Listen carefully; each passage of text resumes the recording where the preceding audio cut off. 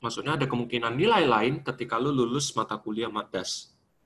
Maka ketika kita bilang P implikasi Q benar dan Q implikasi P tidak benar, maka kita bisa bilang ada sebuah statement kalau P ini adalah sufficient, tapi tidak necessary untuk si Q.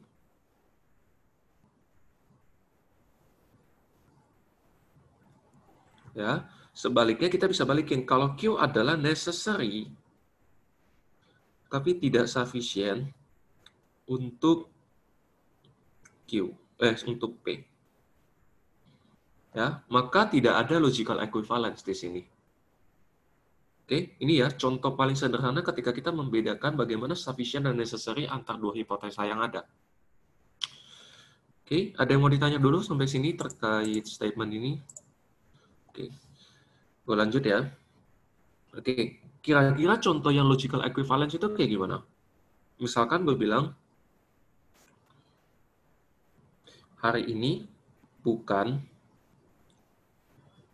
Sabtu ataupun Minggu. Titik-titik, hari ini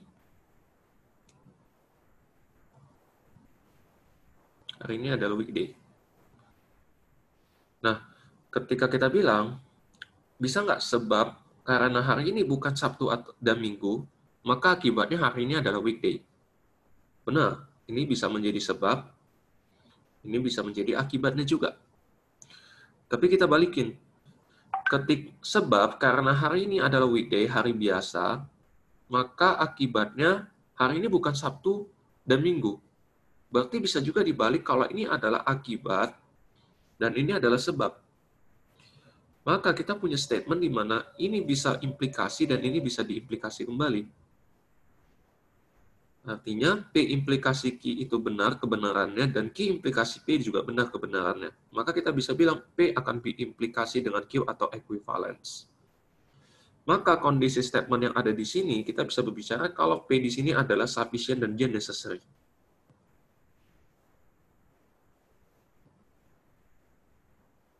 Itu ya contoh paling sederhana di mana ketika kita membedakan sufficient dan necessary.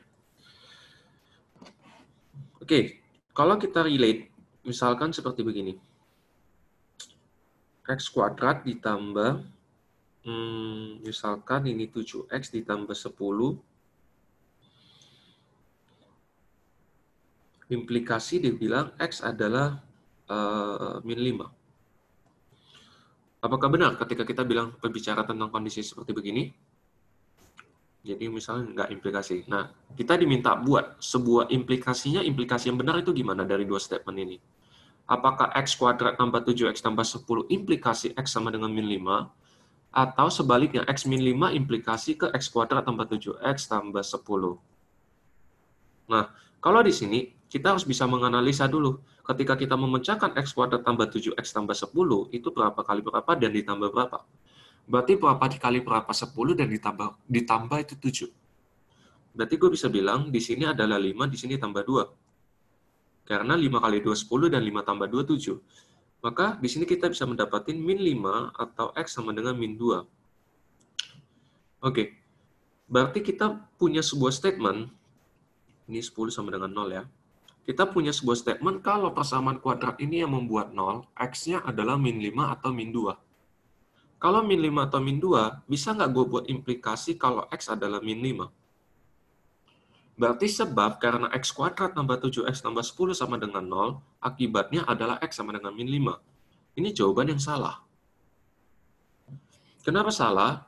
Karena logikanya dibilang bahwa untuk memenuhi yang sama dengan 0, X harus min 5 dan X harus min 2. Berarti ketika kita membuat statement cuma X sama dengan min 5, berarti kita cuma bilang apa? Satu-satunya cara yang membuat persamaan kita 0 ini adalah ini. Ini hanya satu-satunya cara. Padahal ada cara lain kan? Cara lain apa? Ya X sama dengan min 2. Maka kita bisa bilang pernyataan X kuadrat tambah 7X tambah 10 sama dengan 0, implikasi X sama dengan min 5 itu salah. Terus yang benar gimana? Ketika gue balik, misalkan X sama dengan min 5, implikasi ke X kuadrat ditambah 7X ditambah 10, ini jawabannya benar. Karena kenapa? Dia membuat statement ketika X sama dengan min 5, dia akan membuat akibatnya adalah persamaan kuadran yang kita punya akan nilainya sama dengan 0. Ini benar. Ya, beda ya konteksnya. Kalau yang di awal, kita bilang X kuadrat tambah 7X tambah 10 sama dengan 0, itu ketika kita pecah, bisa min 5 dan min 2, maka kalau kita implikasikan akibatnya X sama dengan min 5 saja, itu salah. Kenapa? Karena ada X min 2 juga yang memenuhi kondisi tersebut. Tapi kalau gue buat X sama dengan min 5, implikasi persamaan ini, itu benar. Gitu. Karena statementnya dia bilang, kalau ketika X sama dengan min 5, dimasukin akan membuat 0. Itu benar. Nah, makanya kondisi di sini apa? Ketika gue bilang ini adalah P, ini adalah Q, P implikasi Q-nya benar, tapi yang menjadi permasalahan, Q implikasi P-nya salah. Berarti gue bisa bilang, P itu adalah kondisi sufficient, tapi tidak necessary untuk CQ.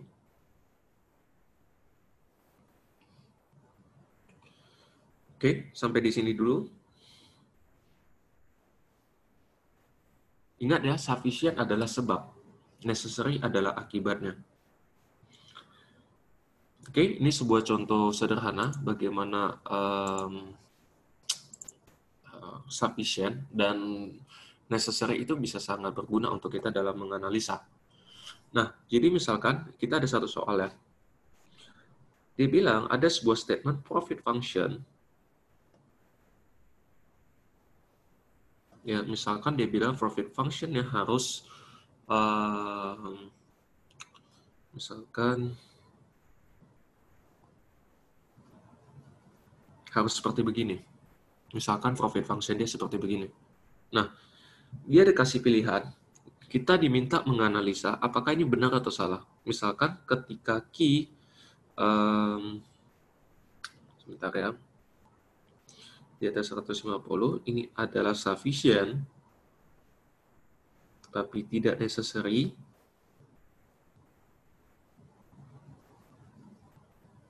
untuk profit function-nya. Terus pernyataan B, dia bilang ketika Q besar 100, ini sufficient dan necessary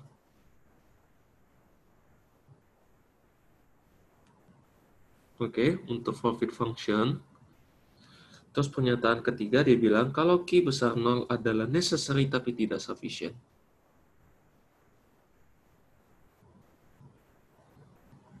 Nah, apakah benar pernyataan ketiga ini ketika kita menganalisa? Nah, tentu kita harus tahu dulu, profit paling kecil dia untuk dia sama besar dari 0 harus berapa? Maka kalau kita identifikasi profit 5Q kurang 200 besar 0.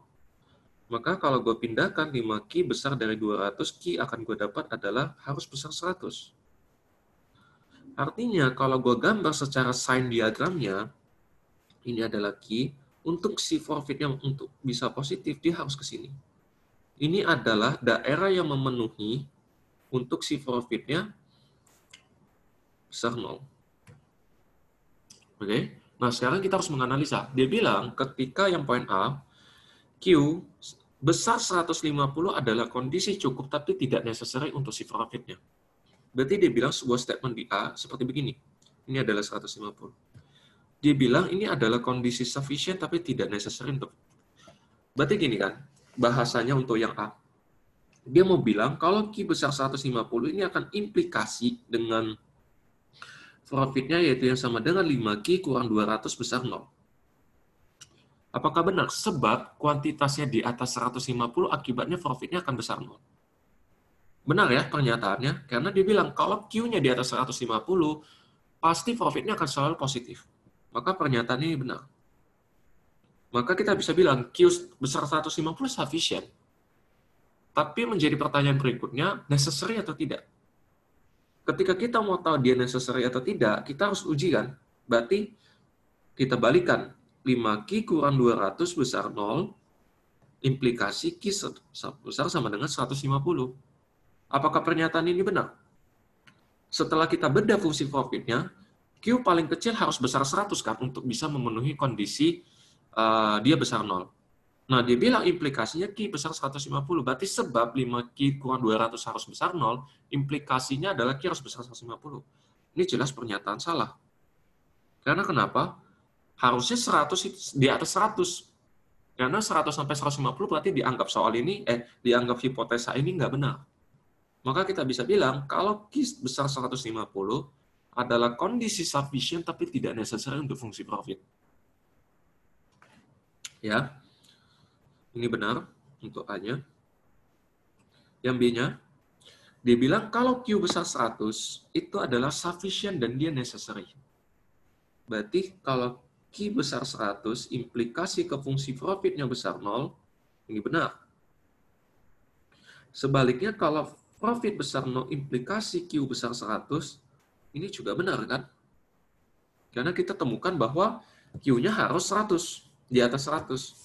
Maka kita bisa bilang kalau Q besar 100 itu adalah memenuhi kondisi sufficient dan ini necessary untuk fungsi profitnya.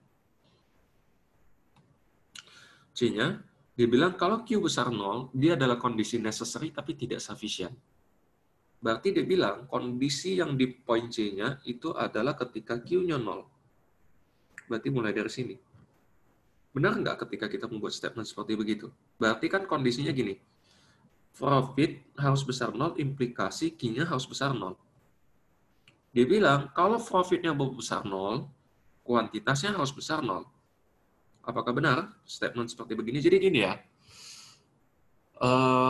mungkin secara sekilas kita bisa membilang ini salah. Kenapa kita bisa, mungkin kalau kita lihat sekilas ya, kalau profit besar 0, berarti kan profitnya harus positif, maka kuantitasnya harusnya di atas 100 dong, tadi kita udah temukan. Tapi gini kira-kira teman-teman. Sorry Kak, Ya, itu bukan yang di atas 40 ya?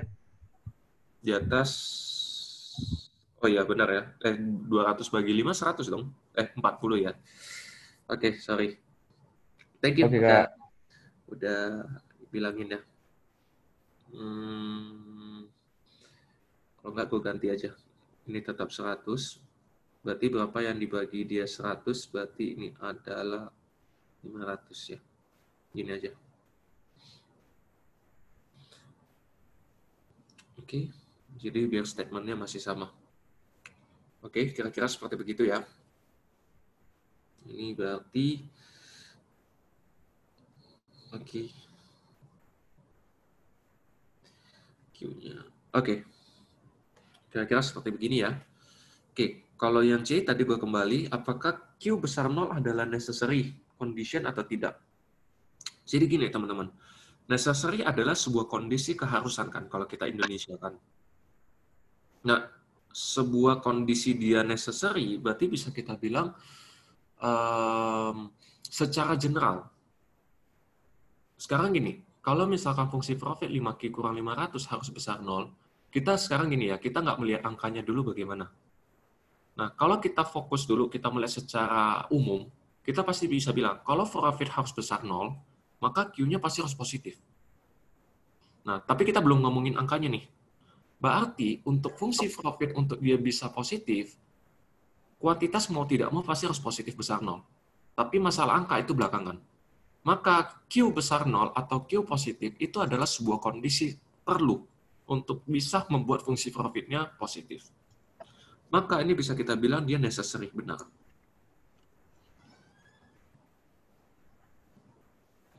Tapi ketika kita balikan, kalau Q besar 0, implikasi ke profitnya besar 0, ini jelas salah.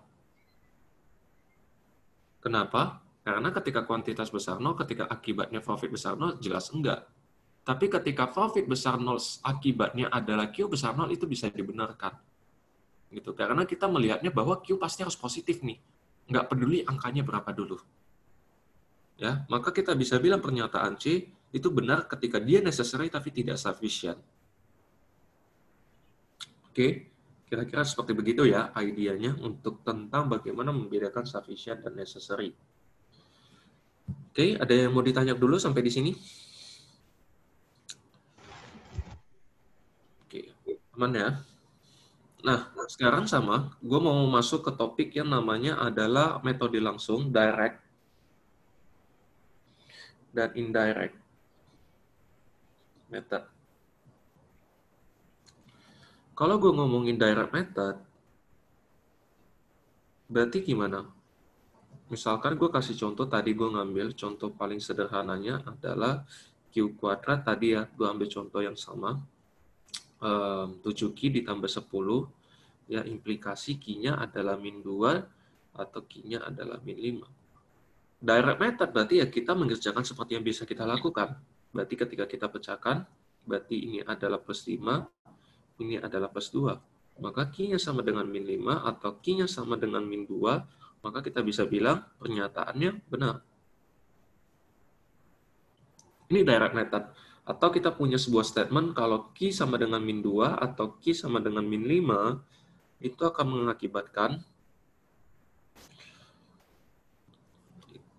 mengakibatkan fungsi kita Q kuadrat tambah 7Q tambah 10 sama dengan 0. Ingat ya, ketika mengerjakan metode direct, yang kita bedah adalah fungsi dari sebabnya, bukan akibatnya.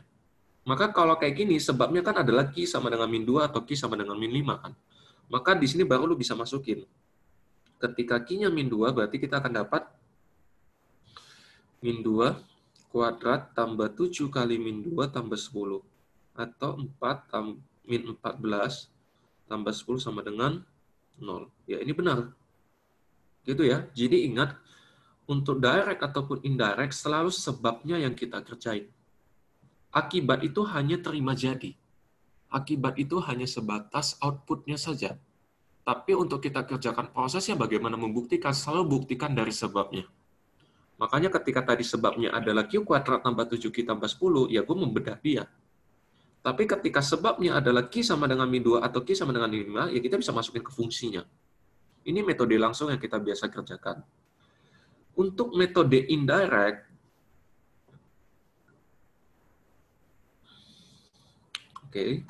indirect itu ngomong kayak gini. Kalau kita punya pernyataan P implikasi Q itu benar, maka seharusnya negasi Q implikasi negasi P itu juga kita bisa bilang benar. Bukan mungkin benar, pasti benar. Artinya apa? Kita membuktikan sebuah statement yang ekuivalen. Jadi kalau P implikasi Q benar, maka negasi Q implikasi negasi P juga pasti benar. Maka kalau gue pakai statement yang sama, bahwa Q kuadrat tambah 7Q tambah 10 sama dengan 0, tadi yang pernyataan awalnya Q sama dengan min 2 atau Q sama dengan min 5, berarti kalau kita, ini kan adalah P, ini adalah Q. Kalau kita balikan, berarti Q tidak sama dengan min 2 atau Q tidak sama dengan min 5, itu akan mengakibatkan Q kuadrat ditambah 7Q tambah 10 tidak sama dengan 0. Kalau kayak gini, ini bisa kita menggunakan metode trial dan error, bisa. Misalkan kita ngambil yang bilangannya bukan min 2 atau bilangan min 5. Misalkan kita ngambil bilangannya adalah, misalkan ya, di antara dua-duanya. Bapak, min 3. Kita buktikan. Berarti Bapak, min 3 kuadrat 9, tambah 7 kali min 3, min 21 ditambah 10. Ini jelas tidak sama dengan 0.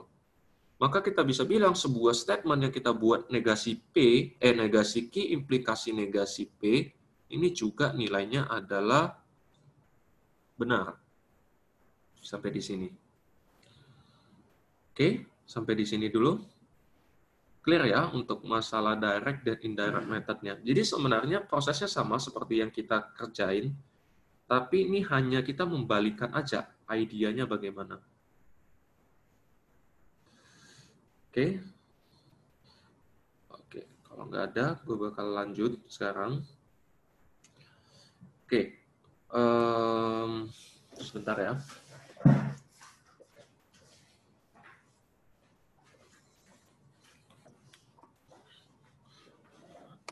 Oke, direct indirect kita udah membahas. Sekarang gue mau masuk ke ide bagaimana induction mathematics. Induksi matematika.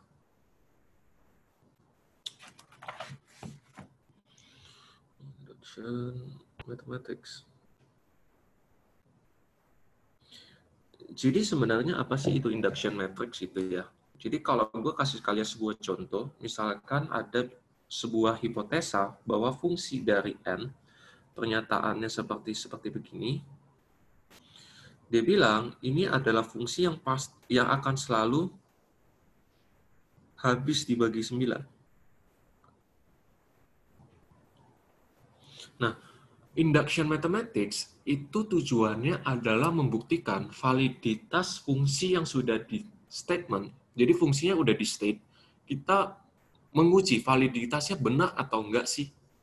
Dia bilang karena statement dia adalah fungsi tersebut adalah fungsi yang selalu habis dibagi 9. Jadi hasil dari fungsinya ketika dapat sebuah angka itu pasti akan selalu habis dibagi 9. Nah, induction mathematics itu bisa membantu kita menganalisa benar atau tidak. Nah, pertama, teorema induction mathematics ada satu, dia bilang bahwa ketika kita memasukin sembarang nilai n, berarti ya, n bisa gue bilang sembarang dari bilangan real atau bilangan natural, ya, maka Fn harus benar. Jadi n, cara baca ini adalah apa? N adalah elemen dari bilangan real.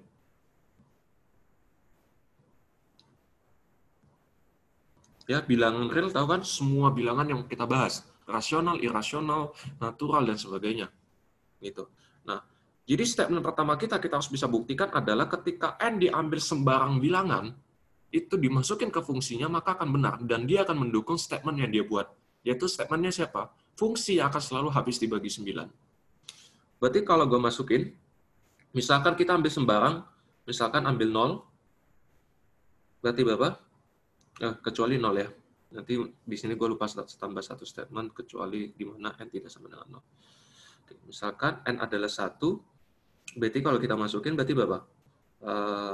5 pangkat 2 tambah 3 kurang 1. Berarti kita dapat 25 tambah 3 dikurang 1 atau 28 dikurang 1, 27.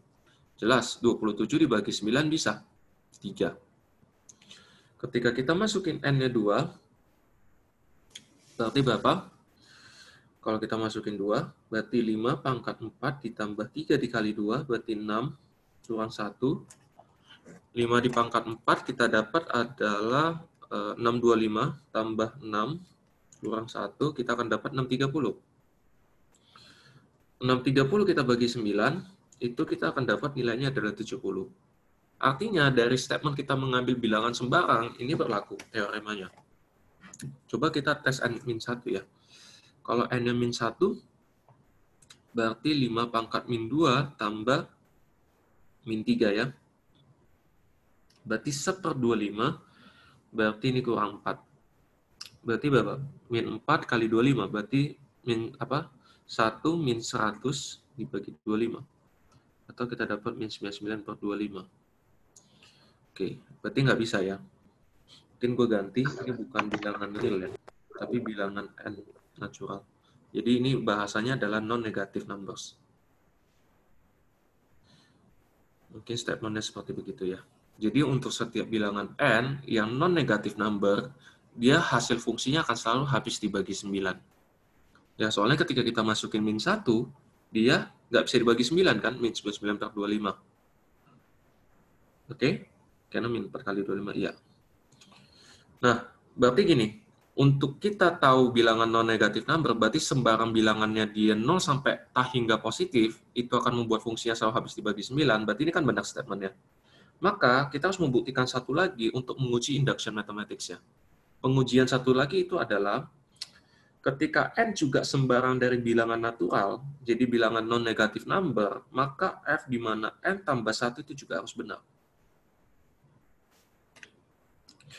Berarti kalau gue masukin di mana f dari n plus 1 itu benar, maka kita harus uji, kita mengganti dulu fungsinya, di mana 2n tambah 1 ditambah 3, n tambah 1 dikurang 1. Maka kalau kita sederhanakan dulu, kita akan dapat 5 di mana 2n ditambah 2 tambah 3n ditambah 3 dikurang 1. Atau fungsi n plus 1 kita akan dapat 5, 2n plus 2 tambah 3n ini tambah 2. Inilah fungsi fn-nya dari, ya, ada yang mau nanya? Oke, gue lanjut ya. Oke, fungsi fn plus 1-nya seperti begini. Maka, kita coba sekarang. Ketika n sama dengan 1, kita masuk, berarti kan n plus 1-nya adalah 2. Berarti kita masukin f dari n plus 1-nya, berarti 5, di mana 2 ditambah 2, tambah 3, tambah 2 kan? Berarti kita dapat 5 pangkat 4 ditambah 3, ditambah Sebentar, ini 3 kurang 1. Oke, bentar, 3N dikurang 1, 5N tambah 3N, 3N tambah 1. Oke, ini enggak kali ya, sorry. Ini harusnya cuma akan jadi 3N tambah 1 di harusnya. Ya. Bentar ya, gue mikir dulu. Harusnya 3N tambah 1, 3. Oh, 3N plus 1 dia akan habis. Ya, nggak apa-apa deh, berarti benar. Plus satunya kalau kita masukin ini ya kan 3N tambah 2. Oke, coba kita masukin kalau N-nya 1 berarti Fn plus satunya kita kan tadi dapat 2, maka 5 2 kali 1 tambah 2 tambah 3 tambah 2. Oke, atau kita coba 5 pangkat 4 ini kan tambah 5 ya. 5 pangkat 4 berarti sama, ini adalah 630 ya. Kita bagi 9 juga ini adalah nilainya 70. Maka kita bisa bilang kan, ketika ini N2-nya 70, berarti N plus 1 kan lanjutan setelah dari 1 kan, berarti adalah plus 2. 2 sama 2-nya sama. Maka kita bisa bilang kalau fungsi dari N plus 1-nya itu juga adalah valid, kalau kita bisa bilang. Oke, sampai di sini dulu. Maka kita bisa bilang induction mathematics atau fungsi dari si 5 pangkat 2N ditambah 3N dikurang 1 untuk semua bilangan ya, untuk semua bilangan non-negative number. Jadi non-negative number itu dari 0 sampai tak hingga itu akan memenuhi kondisi yang bilangannya selalu habis dibagi 9. Oke, ini ya bagaimana induction mathematics digunakan. Jadi inti induction mathematics sesederhana bagaimana kita membuktikan validitas sebuah fungsi yang kita ketahui. Oke, gue lanjut. Sebentar.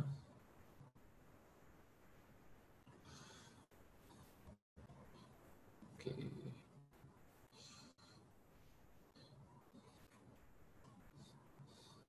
Oke ya, nggak ada masalah. Oke, kalau nggak ada, gue sekarang mau masuk ke bagian linear algebra. Sebenarnya linear algebra, apa ya bilangnya ya? Ini dasar-dasarnya tentu ya simplify equation, bagaimana kita mencari sebuah solusi, kira-kira akan seperti begitu. Nah, ini gue mungkin nggak bakal bisa read semuanya, karena terlalu banyak kan, karena eksponen pangkat, eksponen kalau pangkatnya kali, eksponen pangkatnya kalau dibagi itu bagaimana. Tapi mungkin ada beberapa hal yang teman-teman harus tahu, misalkan kayak logaritma. Jadi gini ya, mungkin gue akan ngomongin dulu dari logaritma. Ada beberapa sifat yang teman-teman harus paling tahu dulu. Oke, pertama gini dulu deh. Ketika gue ngomongin ada bilangan log X saja, itu basisnya adalah 10. Atau bisa ditulis log 10X. Ini sama cara bacanya. Sekarang ada satu lagi bilangan baru yang kita mau pelajari, namanya adalah bilangan Euler. Jadi ini bisa dibilang bilangan istimewa yang nilainya adalah 2,718 sekian. Dia bilangan istimewa kenapa? Mungkin nanti penjelasan lebih detailnya akan setelah tes dibahas, karena akan menyangkut turunan. Tapi kira-kira kita bisa menggabungkan konsep Euler ke dalam logaritma. Jadi kalau kalian ketemu lambangnya ln X, itu adalah E log X. Ya, atau bisa ditulis log E X. Ini sifat-sifatnya dalam logaritma sama aja. Ya, jadi kalau misalkan gue bilang ln X ditambah ln Y, berarti gue bisa bilang ln X kali Y. Kalau misalkan ln di mana ln X dikurang ln Y, maka kita bisa dapat ln di mana X dibagi Y. Oke, terus kalau ada sifat di mana, apa bilangnya, misalkan ya kita punya bilangan seperti E pangkat X sama dengan 2, maka ini bisa dapetin X adalah E log 2. atau X adalah ln 2. Ini bisa seperti begini. Terus ada lagi satu sifat juga yang penting. Kalau misalkan kita dapat sifatnya adalah ln E atau E log E, ini adalah nilainya adalah 1. Oke. Terus sifat-sifat yang penting lagi, ketika kita punya sifat ln E di pangkat ln E atau E di pangkat E log E, jangan E dong, ini ala ya. Ini bisa kita coret, dapatnya adalah A saja. Oke, ini sifat-sifat yang teman-teman penting untuk diketahui bagaimana hubungan satu sama lain ya. Oke, sampai di sini dulu. Terus kalau misalkan kita bilang ada sifatnya ln X pangkat A, ini bisa dimajuin jadi A dikali ln X. Atau misalkan ini, ya begini aja lah, biar nanti nggak usah repot. Oke, ln X pangkat A bisa kita mundurin seperti begini. Ini sifat-sifat logaritma. Mungkin masih ada sifat-sifat lain, ya. Itu cuma sifat-sifat pelengkapnya aja dan dasarnya dari sini semua. Jadi kalau gue bilang sama kalian, misalkan ln di mana E pangkat 5 dikali E pangkat 7, berarti di sini kalau pangkat masih ingat sifat eksponen bisa ditambah kan? Maka ini 12 ya, bukan 13. Kita bisa turunin dikali ln E atau nilainya adalah 12 kali 1. 12. Oke, terus kita juga bisa pelajarin, kalau misalkan ada kondisi seperti begini, 3 dikali ln X tambah 2 kali ln X kuadrat sama dengan 6, bagaimana kita menyederhanakan untuk mendapat X-nya saja, berarti ini bisa gue majuin, ln X pangkat 3 ditambah ln X kuadrat dikali 2 sama dengan 6, maka ini akan jadi ln X pangkat 3 ditambah ln X pangkat 4 sama dengan 6, maka masih ingat kan ketika ditambah ln-nya bisa dikali. Artinya X pangkat 3, X pangkat 4 sama dengan 6.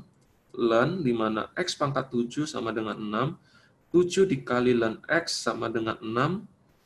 Di mana ln X-nya bisa gue dapetin 6 dibagi 7. Atau sekarang kan tersisa begini.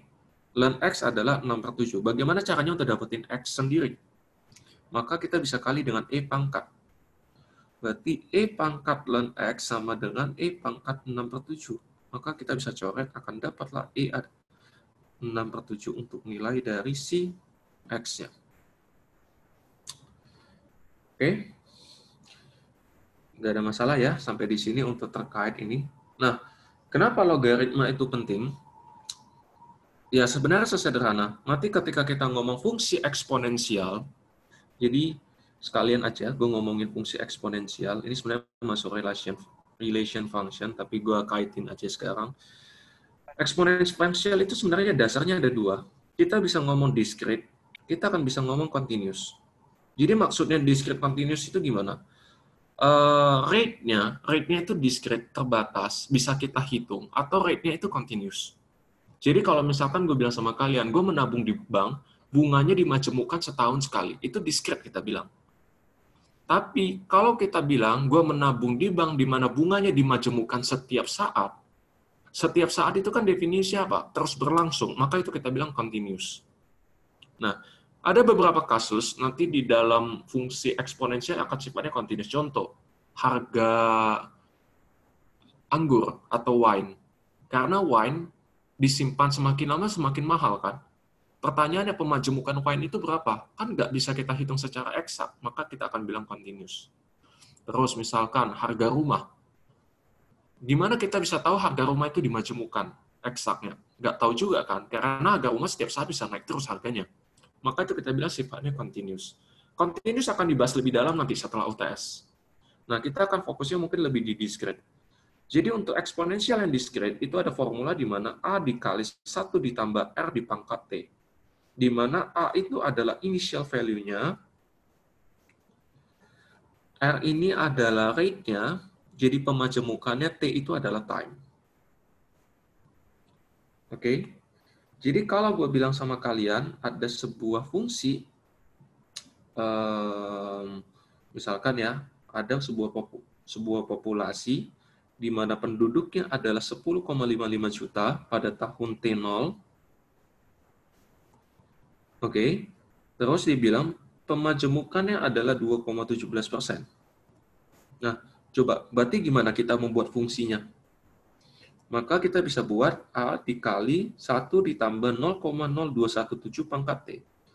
Atau Y bisa gue buat adalah A dikali 1,0217 pangkat T. Ini adalah fungsi generalnya. Kita harus cari tahu dulu kan, initial value atau A-nya berapa. Maka kita bisa pakai informasinya di atas. Ketika populasinya 10,55 juta, itu ketika T-nya 0. Berarti 10,55 ketika A dikali 1,0217 pangkat 0. Maka A akan nilainya adalah 10,55. Ingat, berapapun di pangkat 0 pasti nilainya adalah 1.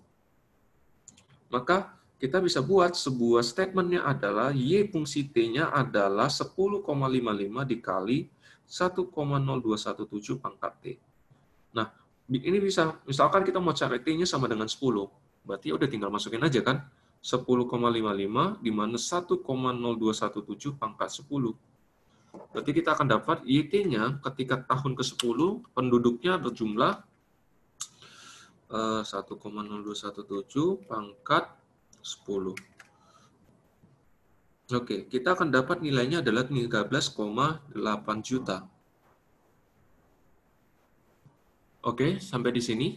Jadi kalau kita bilang nanti pertumbuhan penduduk atau pertumbuhannya sifatnya diskrit, kalian pakai formula Y sama dengan A dikali 1 tambah R pangkat T. Ya, jadi untuk 10 tahun lagi, populasi penduduknya akan mencapai 13 juta. Nanti bisa lagi satu pertanyaan dibalik seperti gini, dia nanya, butuh berapa tahun T untuk populasinya mencapai 45 juta? Nah, berarti yang ditanya kebalikan. Dia bilang 45 juta itu pada T ke berapa sih? Berarti 10,55 dikali 1,0217 pangkat T. Berarti kita bagi dulu, 45 bagi 10,55, kita akan dapat nilainya adalah 4,27 sama dengan 1,0217 pangkat T. Nah, sekarang kan menjadi satu problem adalah apa? T-nya berapa? Dan T-nya itu di dalam pangkat. Bagaimana kita mencari sebuah nilai T yang variabelnya di dalam pangkat? Disinilah penting untuk kita butuh bantuan logaritma. Kita kali dengan ln, maka akan ln 4,27 sama dengan ln 1,0217 pangkat T. Maka T-nya baru bisa kita turunin. Kita turunin jadi T dikali ln 1,0217. Atau T-nya bisa didapetin dari ln 4,27 dikali ln 1,0217. Nilai ln 4,27 itu di kalkulator. Jadi kalian hitung ln pakai kalkulator. Berarti ln 4,27 dibagi ln 1,0217. Kita akan dapat nilainya 67,62. Atau gue bisa bilang, T-nya butuh 68 tahun. Jadi untuk populasinya mencapai 45 juta, dia butuh 68 tahun dia menunggu untuk bisa populasinya mencapai 45 juta. Ini ya, bagaimana logaritma itu bisa digunakan sepowerful itu. Jadi logaritma 1, dia bisa membantu kita mencari suatu variabel yang dimana variabelnya dalam pangkat. Kegunaan logaritma kedua adalah logaritma itu bisa mengecilkan sesuatu bilangan yang besar banget. Jadi kalau kita punya angka yang bilangannya triliunan, miliaran, lebih baik biasa kita akan convert satuannya ke logaritma. Karena kenapa? Akan jauh lebih mudah untuk membantu kita menganalisa dengan logaritma. Karena logaritma memang pada dasarnya tujuannya adalah mengecilkan bilangan. Jadi memanipulasi bilangan besar menjadi bilangan kecil. Tapi maknanya masih sama. Itu kegunaan logaritma. Gitu. Itu ya kira-kira untuk mungkin hal-hal penting yang harus teman-teman tahu ketika gue ngomong logaritma. Terus mungkin yang di algebra lagi ya, apa yang penting ya?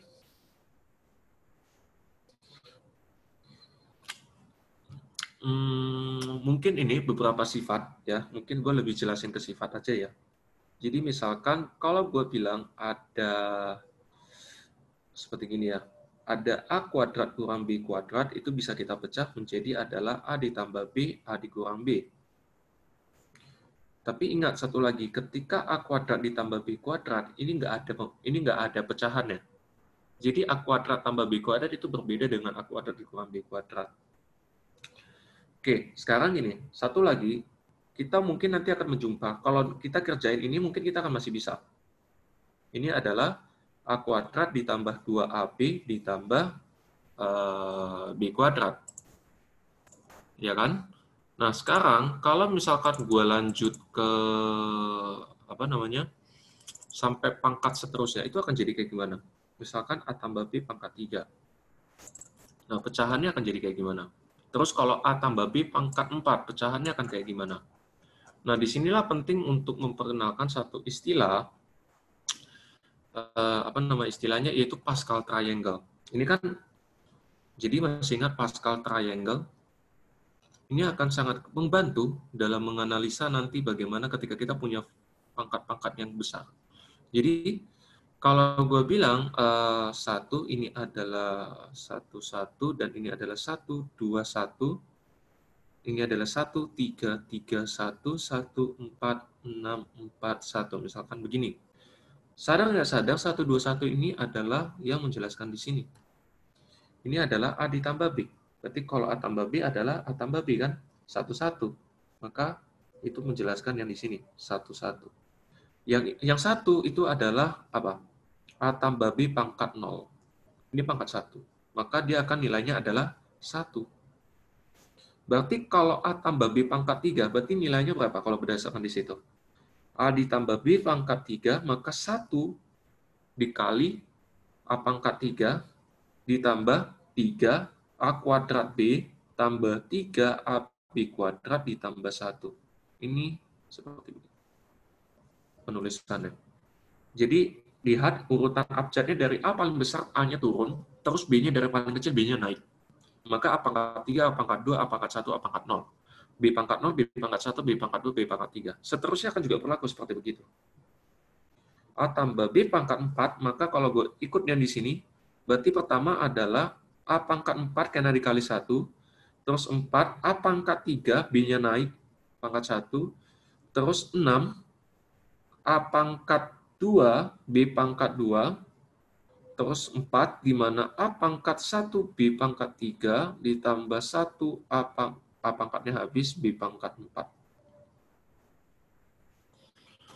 Ya, seterusnya kalian bisa cari sampai A tambah B pangkat M. Inilah kegunaan yang bisa kita kerjain dengan menggunakan konsep Pascal Triangle. Oke, itu jelas ya untuk masalah-masalah yang kayak seperti gini. Jadi kalau nanti kalian punya soal yang A tambah B kayak gini sederhana ini, ya seperti begini pecahannya. Oke, mungkin itu hal-hal penting. Terus satu lagi yang menurut gue penting juga apa ya? Kalau eksponen gue nggak usah lah jelasin karena kalian udah pasti bisa. Sums ya, mungkin ya satu lagi yang penting untuk kita menganalisa sums seperti jaga-jaga. Jadi sum itu punya lambang seperti begini. Misalkan gue bilang ini adalah I sama dengan 1 sampai 10. Oke, di mana ini adalah I. Berarti cara bacanya gimana? Cara baca sum adalah I dimulai dari 1 menuju ke 10. Maka I-nya 1 ditambah 2, ditambah 3, ditambah 4, ditambah 5, sampai seterusnya tambah 10. Ini nilainya cari sendiri. Kalau misalkan gue bisa lanjut lagi, gue coba buat lebih kompleks, misalkan L sampai misalkan N. Berarti gimana? Misalkan fungsinya adalah 2 pangkat 2 pangkat L. Berarti pertama 2 pangkat 2 pangkat 0, ditambah 2 pangkat 2 pangkat 1, tambah 2 pangkat 2 pangkat 2, 2 pangkat 2 pangkat 3, sampai seterusnya, di mana kita nggak tahu 2 pangkat 2 pangkat N. Iya, penjelasannya bagaimana kalau Nah, sums kita bisa gabungin dengan konsep double sums. Misalkan ini adalah A sama dengan 1 sampai N, ini adalah B sama dengan 2, misalkan sampai M. Misalkan diketahui formulanya adalah seperti begini. X di mana ini ada 1, ya ini A, misalkan ditambah dengan Y B2, misalkan kayak begini bentuknya. Maka cara penulisannya gimana? A dari 1 sampai N dan B dari 2 sampai M. Maka X di mana A-nya mulai dari 1 ditambah Y-nya berarti berapa? Mulainya dari 2. Ditambah, berarti X-nya lanjut, ini tetap 1, ini akan 2, tambah di mana Y, B-nya akan 3 untuk 2. Seterusnya kita akan sampai di mana kita tidak tahu di mana X1 untuk sampai N, ditambah Y di mana 2 sampai M. Ini penulisan double sums. Jadi, nggak terlalu sulit untuk kita bagaimana menyederhanakan sums. Oke? Nah, sekarang kita bisa dibalik. Jadi yang ditanya adalah bagaimana kita punya barisan deret, kita mengubahnya menjadi sebuah sums. Itu bisa ditanya. Berarti, kalau misalkan kita punya sifat yang seperti ini, 4 ditambah 8 ditambah 12 ditambah 16 sampai seterusnya sampai 4N, maka bagaimana kita mengubah ini menjadi sums? Berarti kita harus tahu dulu polanya bakal gimana. Berarti kan ini, misalkan kita mulainya dari 1 sampai N yang tidak kita ketahuin, oke, itu akan dari, misalkan ini A ya, sama dengan 1 dari 4A kan? Maka kalau kita masukin 4 kali A-nya 1, 1, tambah 4-nya kali 2, sampai seterusnya sampai 4 kali N. Benar kan sesuai dengan yang di atas? Jadi cara mengubahnya, tipsnya apa? Lihat paling terakhir ini apa. Itu akan menjadi panduan kalian dalam mengconvert ke dalam sums-nya gimana. Oke, coba kita latihan lagi. Misalkan kali ini adalah 1 min 1/3 tambah 1/5 min 1/7 sampai min 1 pangkat N di mana 1/2N ditambah 1. Berarti ini kalau gue convert akan jadi kayak gimana? Misalkan gue bilang A-nya akan dimulai dari mana? Berarti gue bisa mulai dari 0 ya. Kayaknya bakal dari 0 sih.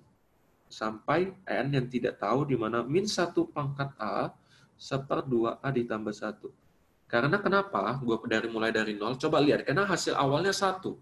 Berarti min 1 pangkat 0 ya dikali 1/2 kali 0 tambah 1. Berarti ini berapa? Min 1 pangkat 0, 1. 1/2 kali 0 tambah 1. Berarti 1. Benar kan mulainya dari 0. Kita lanjut, coba kita lihat apakah min 1/3 ketika kita 1. Berarti min 1 pangkat 1 1/2 kali 1 tambah 1. Berarti min 1 1/2 atau min 3 ya, min 1/3. Benar. Maka bentuknya adalah ini untuk kita mengkonvertnya. Jadi ini menjadi panduannya, tapi lihat juga di awalnya. Karena itu akan menjadi penentu sums-nya itu mulai dari berapa sampai ke berapa. Oke ya, untuk idenya seperti begini, apakah ada yang mau ditanya gitu. Jadi nanti jangan bingung kalau misalkan kalian ada konsep-konsep seperti begini. Ini yang penting ketika gue jelasin tentang sums. Terus apa lagi ya? Mungkin ada dari kalian mau minta Kak bahas ini. Gue bebas. Oke, apa lagi yang penting ya? Logaritma udah, sums udah.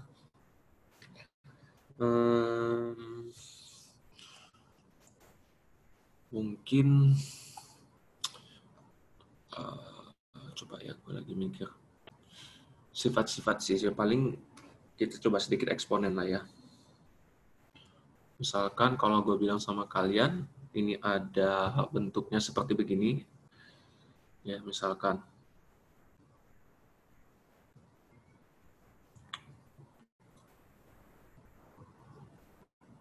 nah misalkan seperti gini, bagaimana kita menyederhanakannya? Jadi, kalau kita menyederhanakan hal-hal yang seperti begini, jadi ingat ya, mungkin ini satu hal yang harus teman-teman tahu, ketika ada A di pangkat M dikali dengan A pangkat N, itu bisa A di pangkat M tambah N. Tapi ingat, di sini satu statement harus jelas, basisnya harus sama.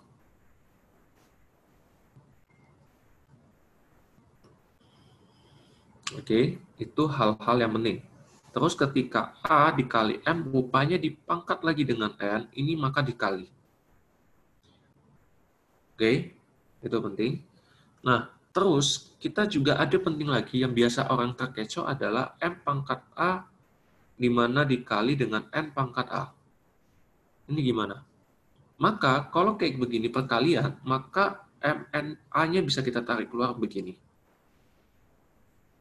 Ini sifat pertama, ini sifat kedua, ini sifat ketiga. Sifat keempat, ketika misalkan M pangkat A ditambah N pangkat A, ini tidak bisa diapa-apain. Itu udah bentuk paling bakunya. Ya, jadi pangkat bisa ditarik keluar untuk sifatnya hanya perkalian. Tapi ketika ditambah, itu nggak bisa. Oke, itu ya hal-hal yang penting. Terus satu lagi, ketika ada A pangkat M, ini bisa diganti jadi seper A pangkat M. Oke, itu hal-hal penting sih menurut gue yang. Terus kalau ada A pangkat 0, itu akan nilainya selalu 1. Nggak peduli A-nya berapa, pasti akan selalu 1. Oke, berarti kita udah bisa coba kerjain yang ini. Berarti gimana kalau kita ngerjain yang ini? Berarti kita selesaikan dulu. Ini pangkatnya min 3 kan? Berarti bisa pangkatnya kita kali ke dalam. Berarti jadi min A pangkat min 3, B pangkat min 9. Oke, oh ya satu lagi juga ini yang penting untuk teman-teman ketahuin. Ketika misalkan misalkan A pangkat M ditambah A pangkat N dikali dengan Q. Ya, ini nggak bisa kita kali ke dalam segampang itu. Kita harus berarti apa? A pangkat M dikali Q ditambah Q dikali A pangkat M, A pangkat N, ditambah A pangkat N dikali Q. Ini ya, kalau misalkan seperti begini. Oke, berarti ini udah. Berarti ini bisa A pangkat 12, B pangkat 12, kita tutup dengan pangkat 3. Maka, ini kalau gue kali ke dalam, minusnya akan jadi berapa? Akan jadi A pangkat min 3, B pangkat minus 9. Ingat, B-nya tidak ikut karena perkalian. Ya, ini masih perkalian, A pangkat 12, B pangkat 12. Pangkat 3.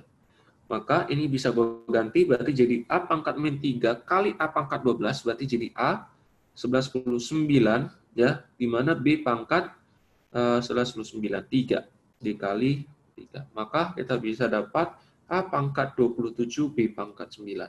Ini ya bentuk paling sederhananya kalau misalkan kita punya seperti begini. Oke. Kita coba latihan satu lagi yang agak ribet juga. Misalkan 24 X pangkat 3, Y pangkat 2, Z pangkat 3 dibagi dengan 4X kuadrat, Y, Z kuadrat.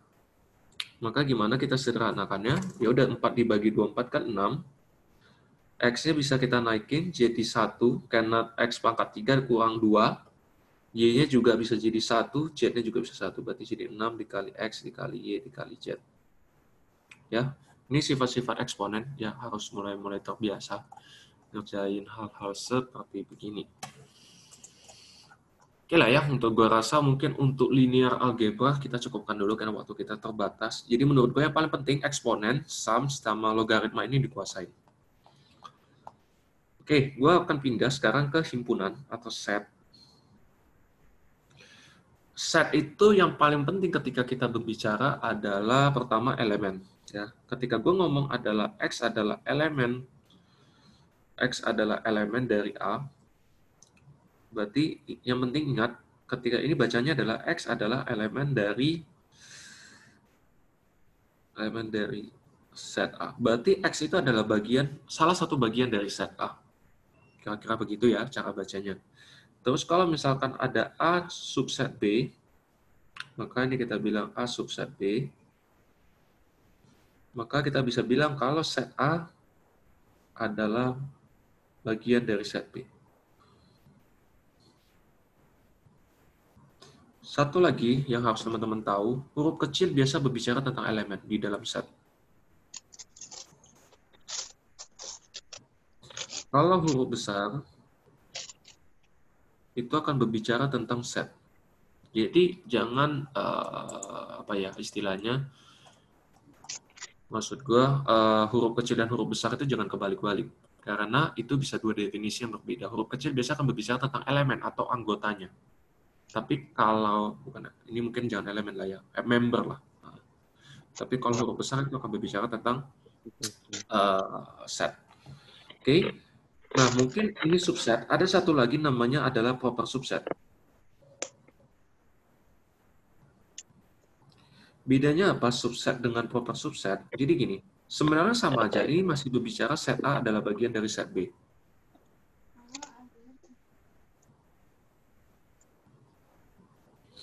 Tapi perbedaan nyatanya adalah kalau di sini membuka posibilitas, mungkin bisa equality.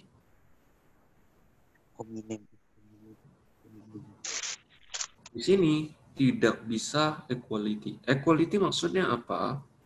Bahwa ada kemungkinan di mana A itu bisa sama dengan B kalau subset. Jadi ada kemungkinan bisa seperti begini. Kalau ini tidak mungkin sama. Jadi menjelaskan kadar kekuatan sebenarnya. Ingat ya, A sama dengan B itu berlaku ketika A subset dengan B dan B subset dengan A. Ketika dua-duanya ini benar, maka kita bisa bilang A akan sama dengan si B. Tapi kalau proper subset itu udah pasti tidak bisa mengandung equality.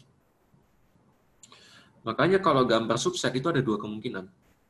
Seperti begini atau seperti begini. A, B, berarti ini adalah A subset dari B, tapi sini ada B-nya gini, sama persis. Berarti ini bisa gue bilang A subset B, B juga bisa subset A. Maka kesimpulan dua ini akan membuat A sama dengan B. Itu idenya tentang konsep set, bagaimana hal-hal penting. Jadi jangan bingung. Terus, oke, kalau bagian-bagian set ya udah tahu lah ya, A union B, terus A and B. Nah, ada satu lagi adalah A minus B. Berarti ini bacanya adalah set A, tapi tidak di set B.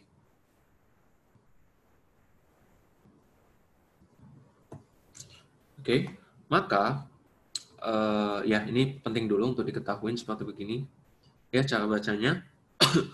Terus kalau misalkan gue bilang komplement, berarti kebalikannya ya.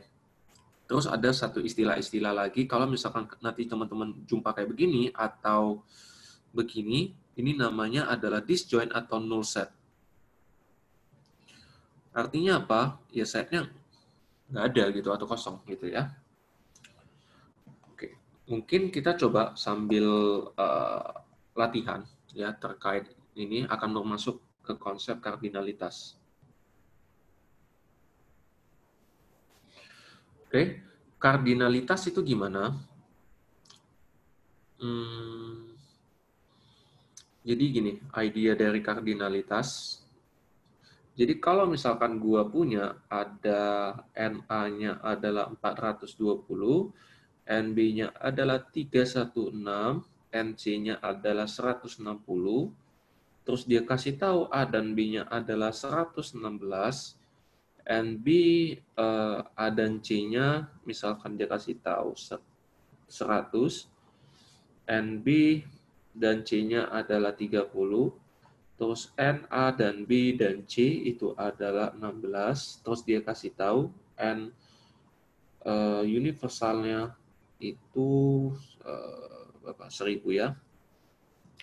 Nah, maka sebelum yang ditanya dulu, yang pertama N di mana A minus B, yang B dia nanya adalah C di mana minus di mana A union B, terus yang C ditanya adalah N di mana A atau B atau komplement. Yang D bisa nanya adalah universal minus di mana A atau union B atau union C. Berarti gimana? Ya paling gampang adalah kita buat diagram Venn-nya dulu. Ini adalah A, ini adalah B, ini adalah C. Berarti kalau gue bilang NA, jadi untuk menggambar diagram Venn dan memasukin angkanya ke dalam diagram Venn, ya masukin yang intersection-nya aja dulu. Berarti sini adalah 16. Berarti A and B kan adalah 116, ya, dikurang 16 berarti sini 100. Terus ada apa? ANC-nya adalah 100 dikurang 16. Berarti kita bisa dapat 84. Terus BNC-nya 30 dikurang 16, kita akan dapat 14. Oke, terus Kita bisa tinggalkan NA-nya 420, kita kurangin dengan yang bagian dari itunya, 100 kurang 16 kurang 8. Kita akan dapat di sini 220, ya, dari 420 dikurang 100 kurang 16 kurang 84, B-nya 316 kurang 100 kurang 16 kurang 14. Kita akan dapat 186, terus NC-nya 160 dikurang 14 dikurang 16 dikurang 84, kita akan dapat 46. Oke, kalau begini kita bisa jawab. Nah, tapi nanti ketika ujian lebih disaranin menggunakan formula, karena itu memang lebih, ya secara ilmiahnya memang begitu. Berarti kalau gue mau dapat A minus B, berarti set A yang tidak di set B. Berarti gue bisa ngambil NA dikurang dengan N, A dan B. Berarti NA-nya adalah 420 dikurang NA dan B, berarti 116. Berarti kita bisa dapat 420 dikurang 116, kita dapat 304. Benar kan 304, 220 ditambah 84. Karena untuk berbicara NA dan B itu asirannya di sini. Ya, ini adalah asiran NA minus B. Itu formulanya seperti begitu ya. Terus untuk B-nya, kalau dia bilang NC minus A union B, dia akan, kita bisa bilang apa? Berarti gini ya, NC di mana dikurang, pertama kan A atau B ya, berarti gue bisa bilang intersection-nya dulu kita kurangin. Karena kita mau dapat C, tapi tidak di A atau B. Berarti C dan A dikurang N, C dan B. Nah, tapi kita harus tambahin lagi dengan A dan B dan C. Jadi gini, kenapa kita harus tambahin dengan N, A dan B dan C? Sesederhana gini, kalau teman-teman lihat irisan A dan C dan B dan C, jadi A dan C-nya aja, sama B dan C-nya saja, itu tengah-tengahnya ada yang bolong. 2 kali pengurangan. Jadi kita harus tambahin, kita nambal dengan NA dan B dan C. Maka NC-nya kita masukin 160 dikurang A dan C-nya berarti 100, B dan C-nya 30, ditambah NA dan B dan C 16.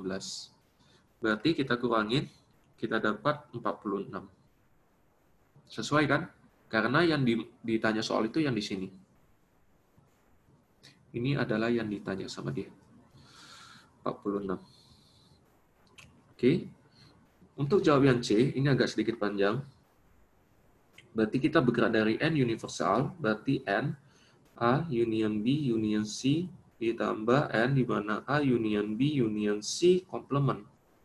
Maka bisa kita pecahkan jadi NA ditambah NB ditambah NC dikurang NA gabung B dikurang NB gabung C dikurang A dan C-nya dulu dikurang N di mana B dan C ditambah N A, B dan C dikurang N A union B union C komplement. Ini formulanya. Maka NU-nya kita tahu 1000 sama dengan NA-nya 420, NB-nya 316, ditambah NC-nya 160, kurang A dan B, 116, A dan C-nya 100, B dan C-nya 30, tambah ini, terus inilah yang ditanya.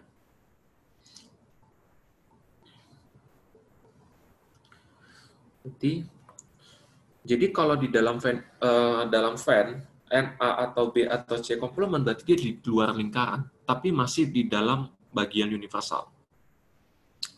Atau kalau teman-teman mau dapat lewat Venn diagram ditambahin semua, terus kurangin dengan 1000. Maka hasilnya pasti akan sama dengan poin C-nya. Itu adalah NA atau B atau C komplementnya. Berarti itu 666 ya, yang di sebelah kanannya.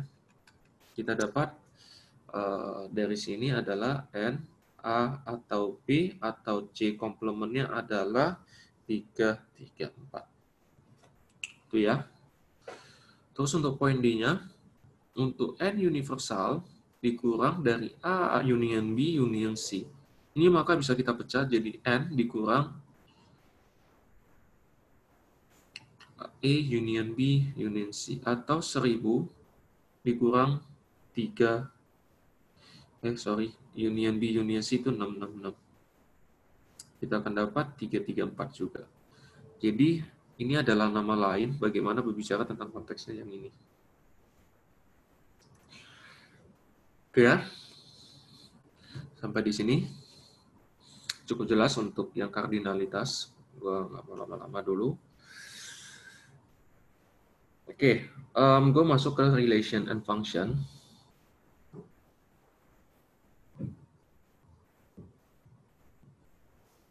Oke, biasa untuk relation dan function, apa ya? Bentar. Ini bisa luas ya soalnya sebenarnya. Tapi gini, paling gampang gue kasih contoh. Misalkan, ada 3 moda transportasi.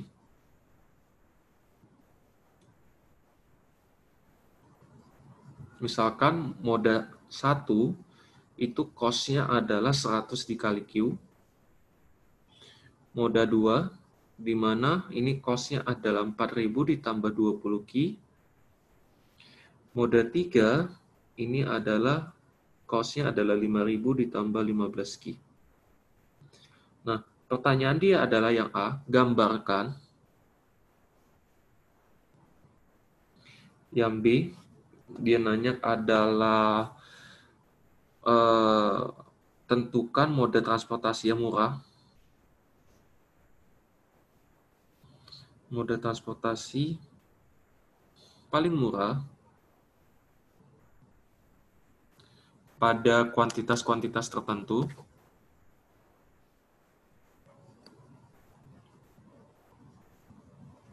Terus yang C-nya adalah berapa kuantitas maksimal untuk kapal sebagai opsi terbaik. Bukan kapal sih. Gue bilang moda 2.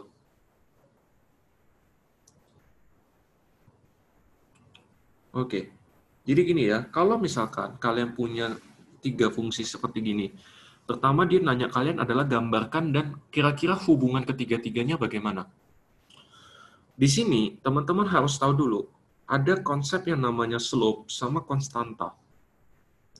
Jadi sebelum gue masuk ke sini, penting untuk teman-teman punya pengetahuan dulu tentang slope dan konstanta. Jadi ketika gue ngomong, general formnya itu adalah AX ditambah B, di mana B ini adalah konstan, ya A ini adalah slope. Konstan itu apa? Sebuah nilai. Berarti kalau bisa gue bilang, titik singgung dia di sumbu Y-nya itu adalah konstanta.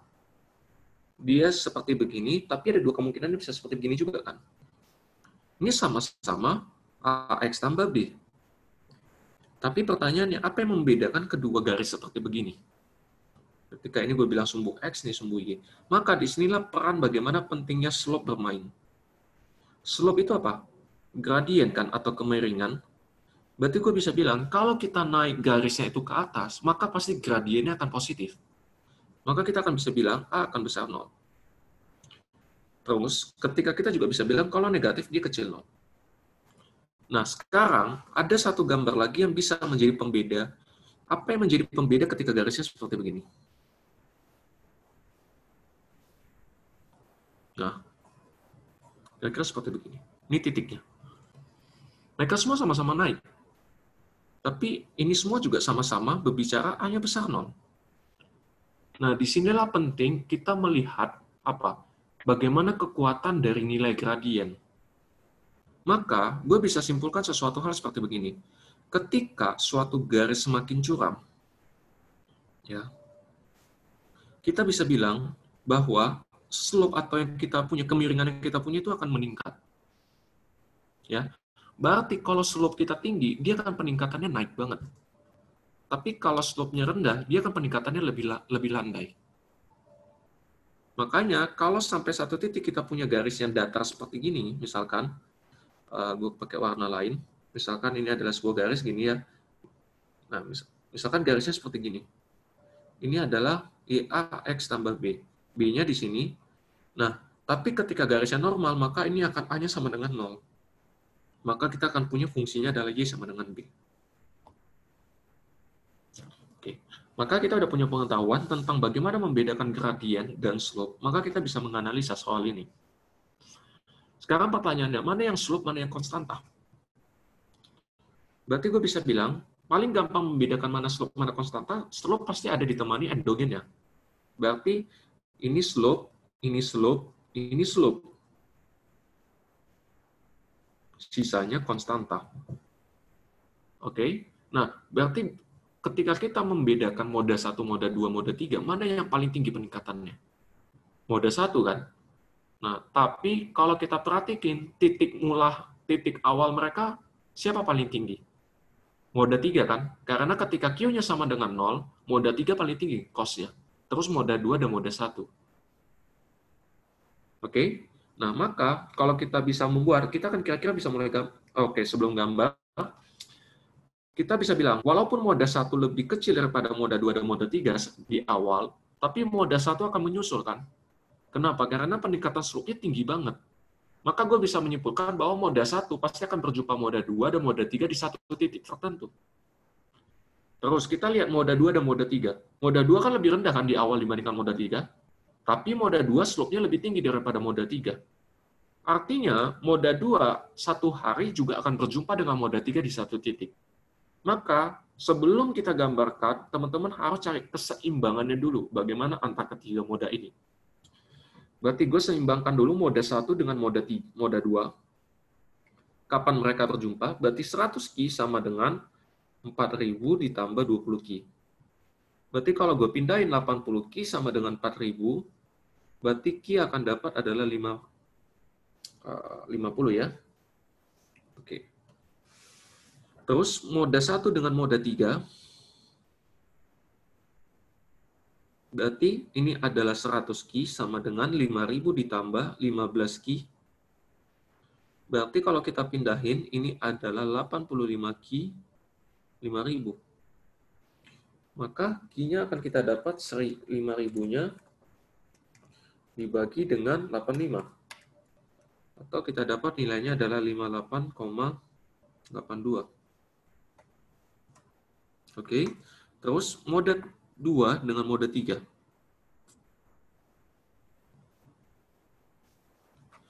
Moda 2 dengan moda 3 berarti 4.000 ditambah 20 Ki, sama dengan 5.000 tambah 15 Ki. Berarti kalau kita pindahin, ini akan jadi 5 Ki ya, sama dengan 1.000. Atau Ki-nya akan berjumpa di 200. Nah, ketika kita udah, maka kita akan bisa sangat membantu dalam menganalisa gambarnya.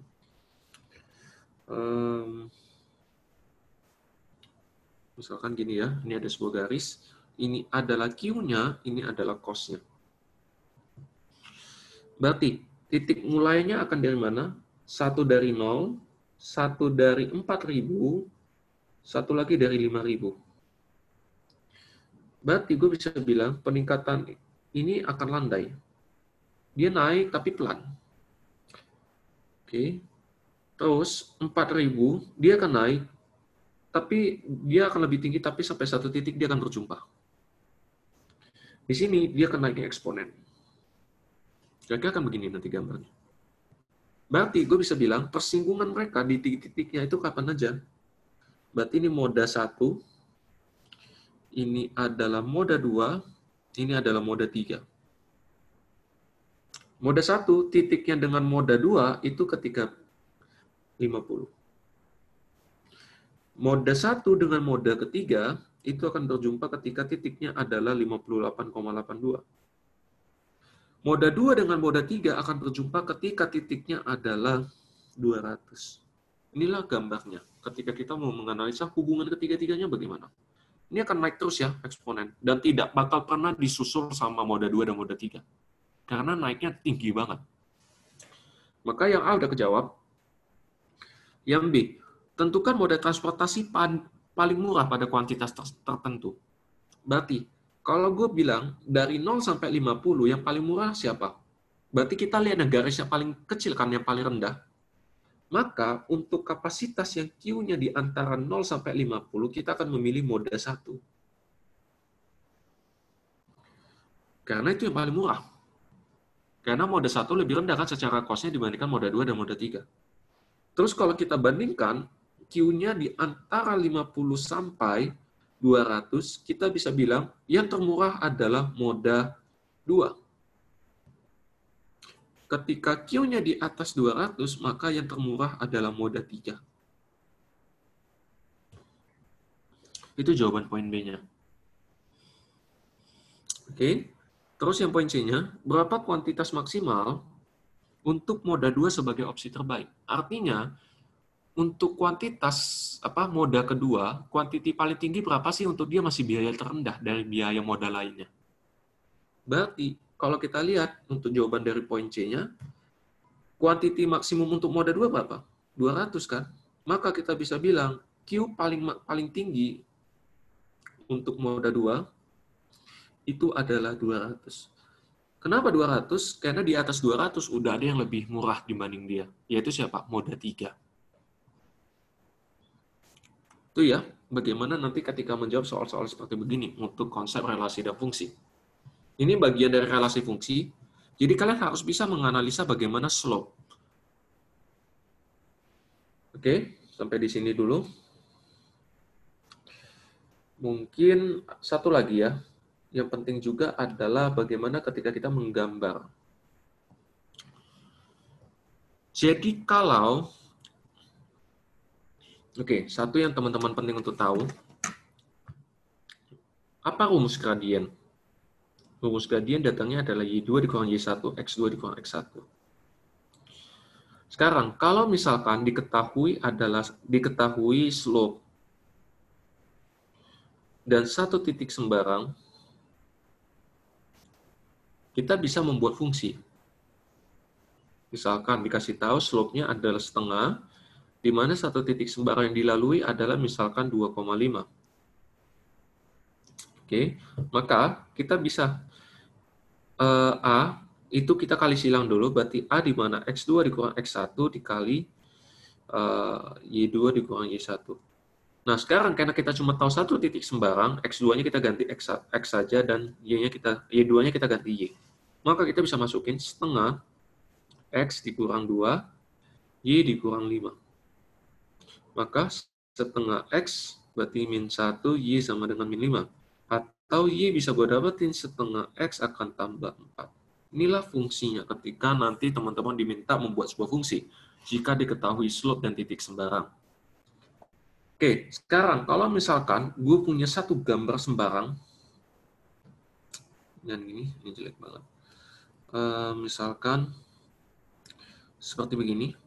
Misalkan ini diketahui ini melewati titik min 5, ini titik min 2, ini titik 2, ini titik 4.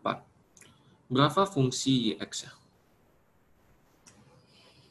Nah, kita bisa meminta bantuan dalam membuat ini di mana Y sama dengan A X kurang X1. Karena ada 3 titik X, maka kita bisa buat sampai X3.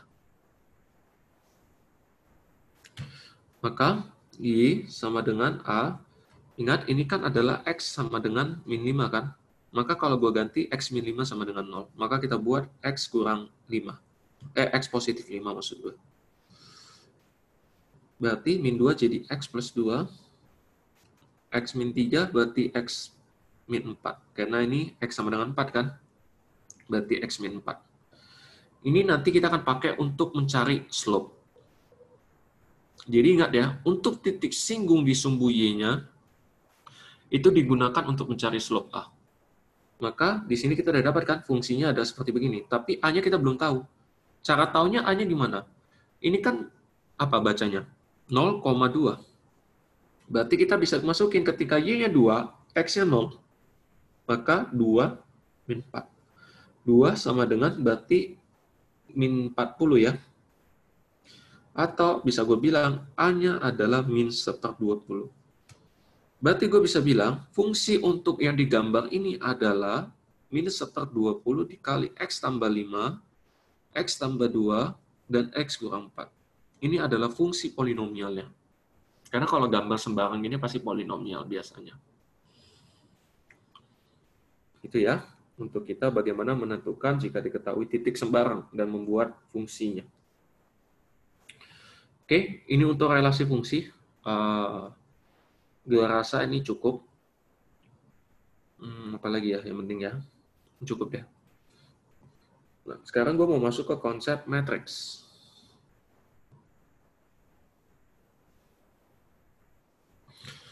Oke, mungkin kalau matrix ya, gue akan lebih ajarinnya mungkin di metode sebentar ya, inverse ya. Karena kalau grammar harusnya kalian udah bisa. Mungkin gue akan lebih fokusnya di inverse aja dulu. Bentar. Gue coba cari soalnya dulu.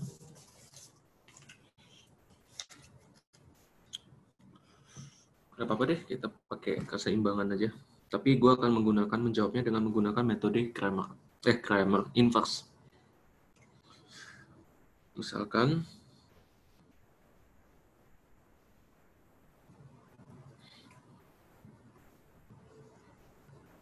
seperti begini ya, ini paling sederhana.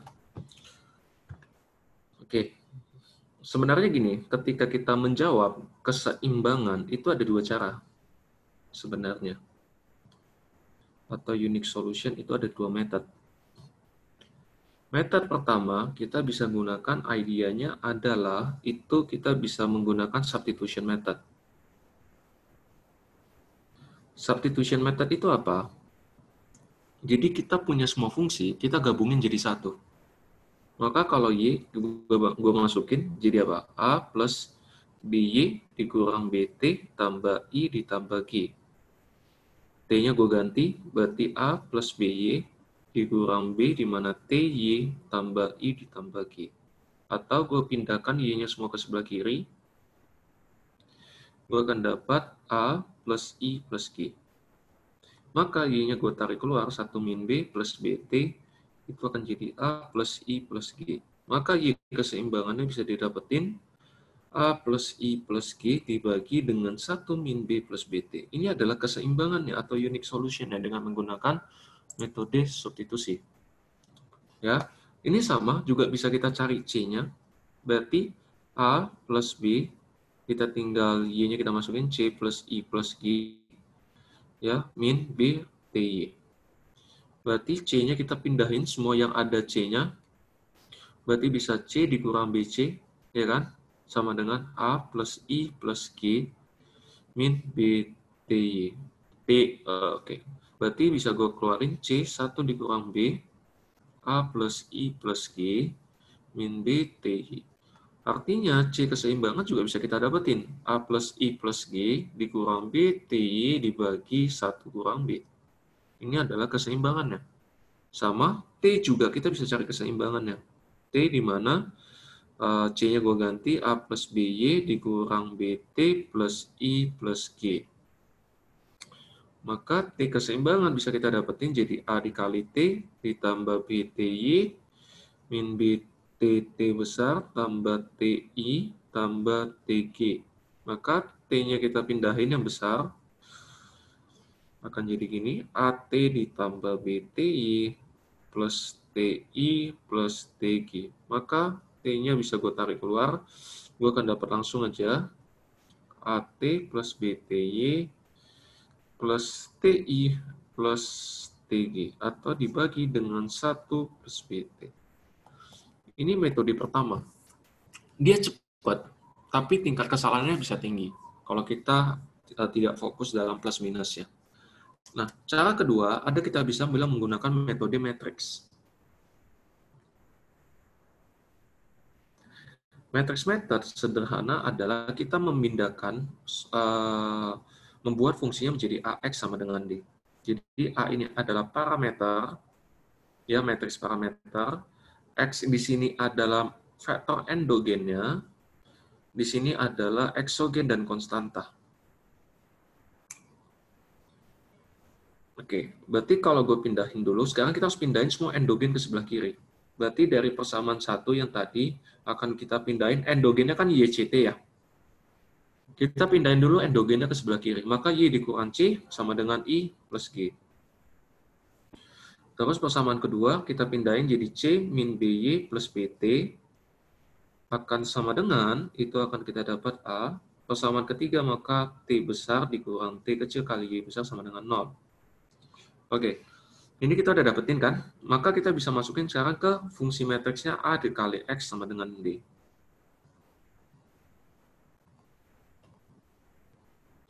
D-nya berarti I plus G, ini adalah A, ini adalah 0, berarti Y, C, T, maka 1, ingat urutannya harus Y, C, T, maka Y dari persamaan 1 nilai 1, C-nya min 1, T-nya 0, persamaan kedua Y-nya min B, C-nya 1, T-nya B, persamaan ketiga Y-nya min T, C-nya 0, T besarnya 1. Oke, ini maka kita udah bisa membentuk ke bentuk matriksnya, ini adalah A, X, D. Sekarang, sebelum kita mengerjakan lebih lanjut, kita bisa mencari apa? Singularitas. Singularitas itu apa idenya? Sesederhana kita mau menguji adalah determinan dari matriks A-nya. Apakah dia sama dengan 0 atau dia tidak sama dengan 0? Kalau dia sama dengan 0, kita bilang dia singular. Arti singular berarti bermakna bahwa endogen kita tidak ada solusi unik.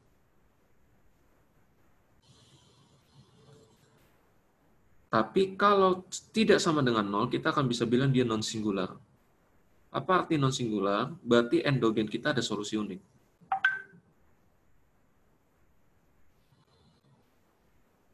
Maka, kalau kita buat determinan A-nya, 1 min B min T min 1, 1, 0, 0, B1. Kita pakai konsep Laplace expansion. Laplace expansion bilang apa? Bebas ngambil sembarang baris atau sembarang kolom. Gue ngambil yang kolom ketiga di mana tanda plus minusnya harus benar. Berarti gue ngambil yang di sini sebagai patokan. Maka 0 dikali minornya berarti min B min T B1 minus B dikali minornya 1 min 1 min T 0 plus 1 dikali minornya 1 min B min 1, 1. Ini adalah determinan A-nya. Jadi determinan A, 0 kali berapapun 0, kita bisa langsung masuk ke min B-nya saja. Berarti sini adalah T plus, ini, tunggu ya, apakah ada salah? B, min B, min 1, min 1, min T 0, C-nya kita udah masukin, 1, min 1, 0, min B, 1, B, T kurang TY, iya, min T. Oke. Oh, ini berarti 1, min 1, 0, B1. Berarti sini adalah min 1 ya. Min 1 kita kali. Berarti ini dapatnya adalah min T ya.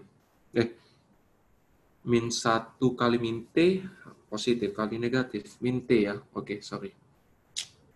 Plus 1, 1 berarti positif kurang B. Berarti determinannya adalah BT, ini adalah plus 1 kurang B. Berarti kalau gue rapikan adalah 1 kurang B plus BT. Maka kita pasti tahu kan, B itu nilainya di antara 0 sampai 1, T itu nilainya di antara 0 sampai 1. Maka 1 dikurang sesuatu yang nilainya di bawah 1 masih positif, tambah positif, ini akan positif. Berarti kita bisa bilang yang terjadi tidak sama dengan 0, atau kita bilang dia non-singularitas. Artinya apa? Kalau non-singularitas ditanya, maka Y, C, dan T kita itu ada solusi unik. Dari endogen kita itu ada solusi unik semuanya. Oke, maka kita bisa lanjut. Nah, sekarang gue mungkin akan pakai ke inverse ya. Kalau Cramer kalian pasti udah belajar. Jadi kalau jaga-jaga kita punya masalah di metode inverse. Gue tulis ulang.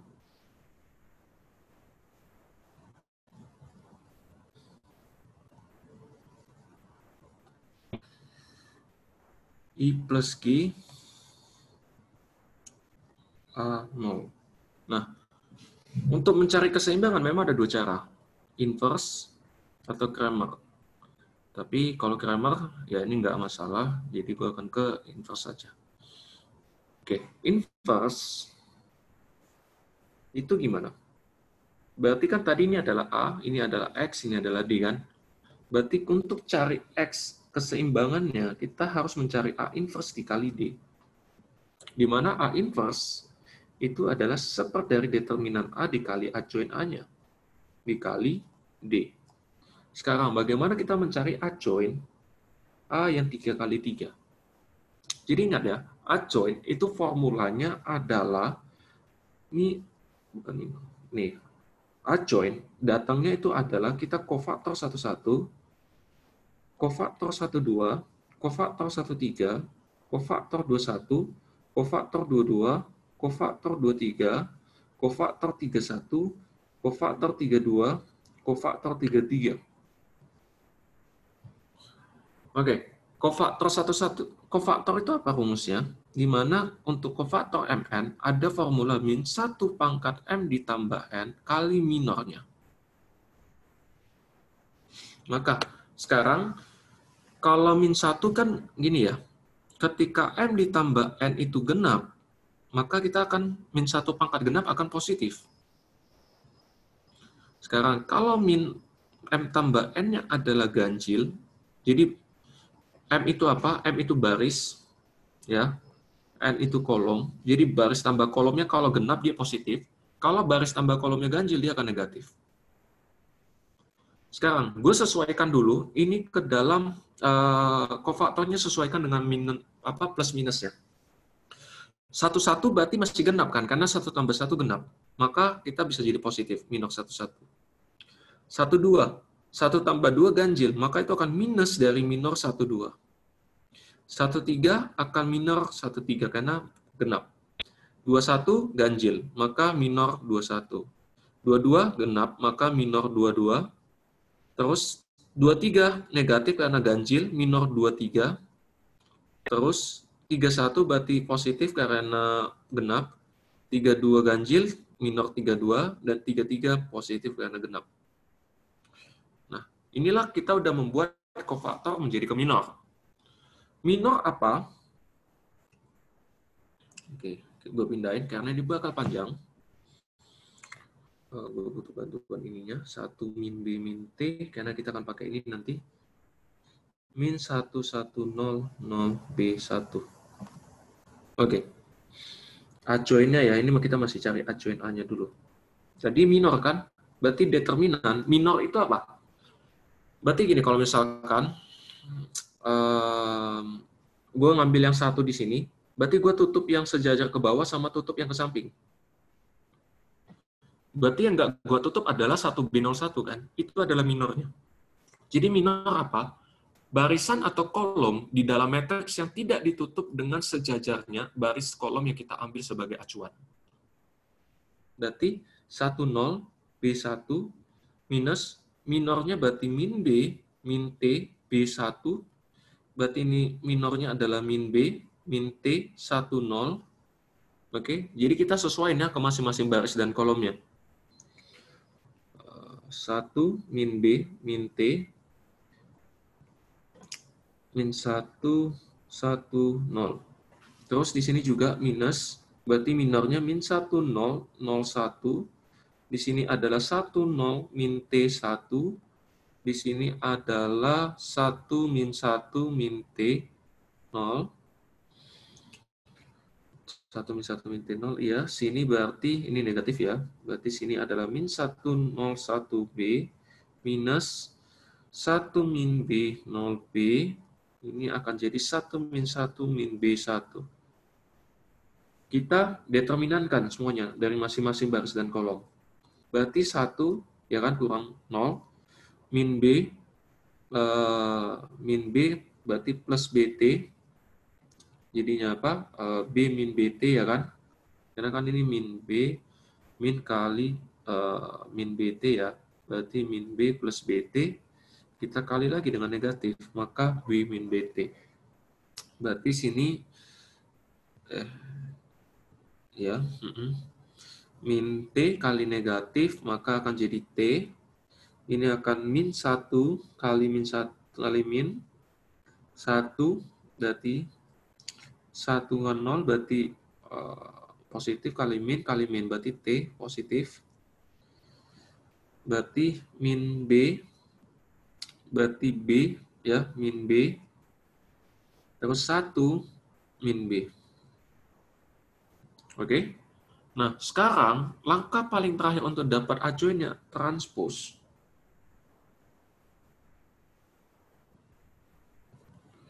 Maka ketika kita transpose,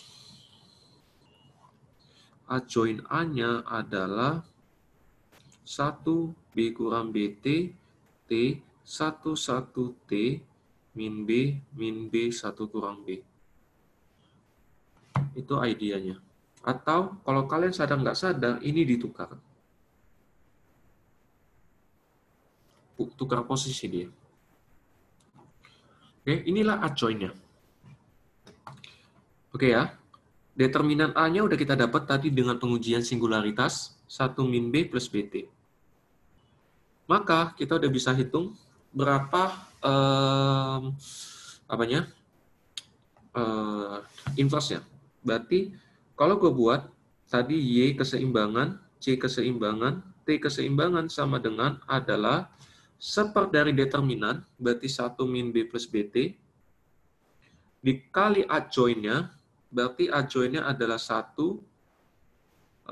B min BT, T, 1 1 T, min B, 1 kurang B. Ingat, tadi rumusnya apa? X inverse adalah seperdeterminan A kali adjoint A dikali dengan vektor eksogennya. Berarti D-nya siapa? I plus G A0.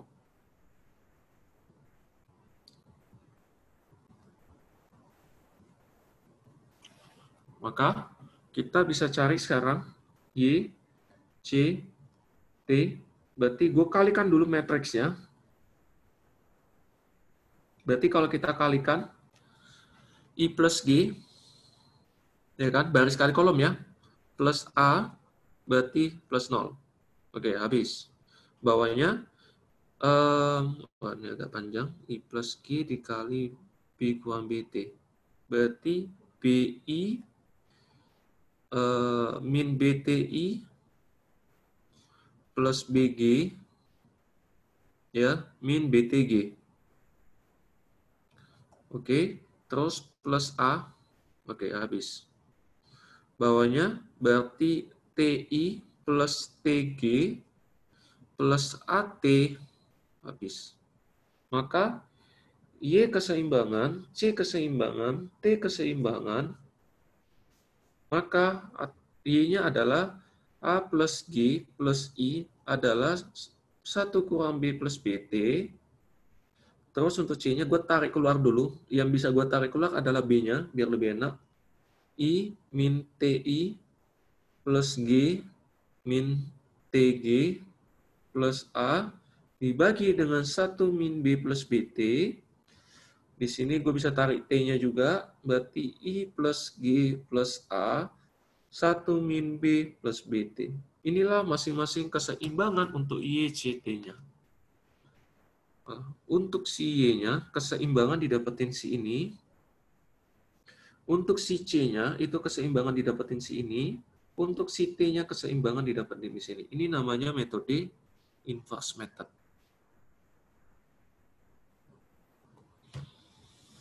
Ya, jadi jangan bingung nanti kalau kalian diminta mengerjakan soal inverse. Ya, inverse ini panjang di adjoint sama determinan. Di mana ingat cara mengadjointkan apa? Kofaktor. Terus di dalam kofaktor ada minor, di mana diminorkan, habis itu kita transpose kelas, itulah adjoint A-nya. Maka A inverse adalah seperdeterminan A dikali dengan adjointnya dikali vektor dari eksogennya. Oke? Kalau kita ngerjakan dengan Cramer, hasilnya pasti harus sama. Berarti kalau gue ngerjain pakai Cramer satu lagi, gue ngambil contoh yang Y-nya saja. Berarti, gue buat lagi, karena ini akan kepakai. 1 min B min T, min 1, 1, 0. 0 B1, Y, C, T. Berarti I plus G plus... Oke. Maka kalau cari Y keseimbangannya adalah determinan A1 dibagi dengan determinan A. Kita pakai Cramer sekarang. Ingat, berarti determinan A1 adalah determinan matriks parameter A yang sudah dimodifikasi. Sekarang, kolom keberapa dari matriks parameter A yang kalau dikali kenanya ke Y semua? Maka adalah ini kan kolom ke-1. Karena kalau dikali baris kali kolom, nilai yang selalu kena di parameter Y-nya adalah di kolom satunya. Maka di kolom 1 kita ganti, berarti bisa jadi I plus G, A0, berarti min 1, 1, 0, 0, B1, dibagi dengan determinan A-nya udah kita dapetin tadi di singularitas. Maka kalau gue ngambil ini, berarti sisa kan ingat tandanya 1 ya, kali I plus G, min 1 A1, bagi 1 min B plus BT. Atau I plus G berarti positif A, 1 min B plus BT. Maka kita dapat Y keseimbangannya adalah I plus G plus A, 1 min B plus BT. Sama kan dengan metode inverse I plus G plus A dibagi 1 min B plus BT. A plus G plus I atau I plus G plus A. Sama saja. Nah, C-nya juga pasti akan sama dan T-nya pasti akan sama. Kalau kita bandingkan ini dengan substitusi tadi, pasti juga sama. Y keseimbangannya A plus I plus G dibagi 1 kurang B plus BT. Artinya ada 3 metode yang lu bisa kerjakan dengan menghasilkan solusi unik yang sama. Substitusi, inverse, atau Cramer. Ya, jadi nanti kalau di soal ujian kalian ditanya dari masing-masing ini atau salah satu, kalian nggak bingung cara ngerjainnya gimana. Berarti kalau kita cari C keseimbangannya, berarti determinan A2 dibagi determinan A. Berarti tinggal kolom keduanya kan kita gantiin. 1 min B min T, nanti kalian bisa coba sendiri. Ya, dibagi 1 min B plus BT. Terus kalau mau cari keseimbangan T-nya, berarti kolom ketiganya kita gantiin. Berarti ini akan jadi I plus G A0 bagi 1 min B plus BT. Inilah masing-masing keseimbangan endogennya dalam nanti ketika kalian ngerjain. Oke, ada yang mau ditanya sampai di sini dulu terkait matriks?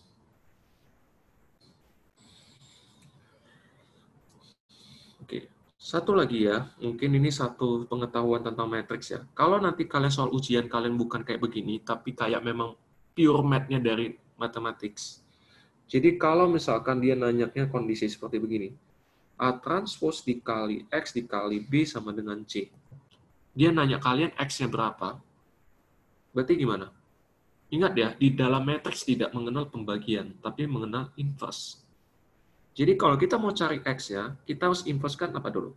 Berarti kita harus A transpose yang sudah diinverse-kan dikali A transpose, XB sama dengan A transpose inverse kali C.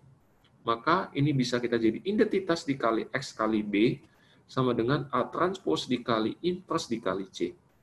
Sekarang, X dikali identitas adalah X saja, berarti sisa XB sama dengan A transpose inverse C. Hilangin B-nya, berarti harus inverse-kan lagi. B kali B inverse. Ingat, urutannya harus sesuai, maka B inverse. Jadi nggak boleh penempatan di dalam matriks itu sembarangan. Urutan harus benar, karena matriks ketika urutan berbeda, hasilnya bisa berbeda. Jadi kalau inverse-nya di depan, ruas sebelah kanannya inverse-nya juga harus di depan. Tapi kalau inverse-nya di paling terakhir, ruas kanannya juga harus di paling terakhir inverse-nya.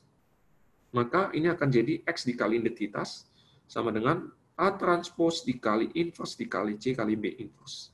Atau X sama dengan formulanya seperti begini. Ya, kalau ditanya seperti begitu.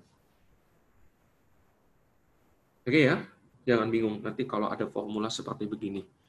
Nanti kalian kalau udah dapet kayak gini, tinggal masukin aja matriksnya ditransposkan, terus inversekan kali C kali B inverse. Dapatlah itu matriks A yang memenuhi kondisi yang di atas.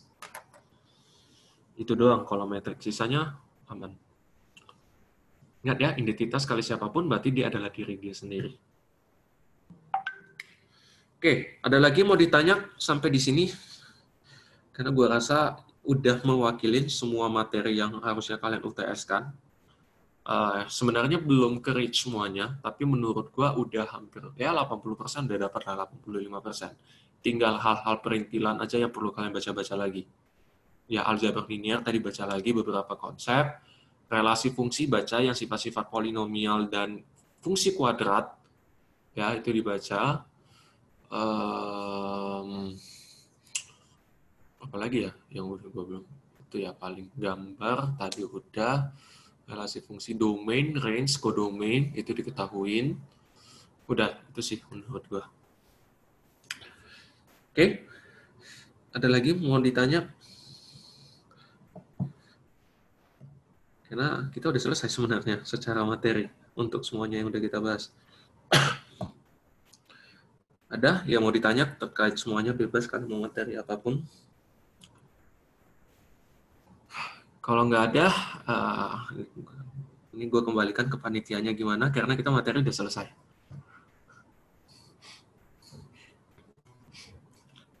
Gimana dari teman-teman ACE?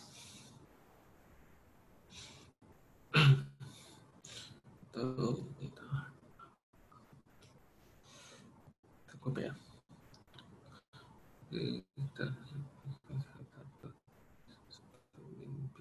Ya, ini benar kok satu.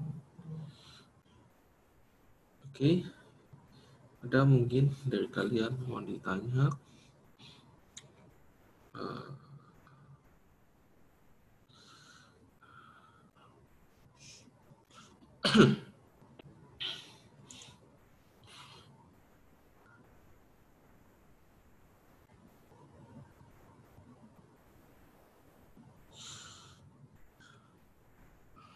Oke, berarti ini udah ya, Kak? Udah, gue udah selesai secara materi. Oke, terima kasih ya, Kak Haji. Nanti buat teman-teman semua nih, recordnya bakal dikirim lewat link. Nanti bakal Studef kirim nanti via grup, atau nanti kalau misal kalian nggak ada di grupnya, yang di sini reguler, boleh juga PC salah satu dari kita. Gitu. Makasih ya, Kak Haji. Ya, sama-sama. Thank you Kak Haji.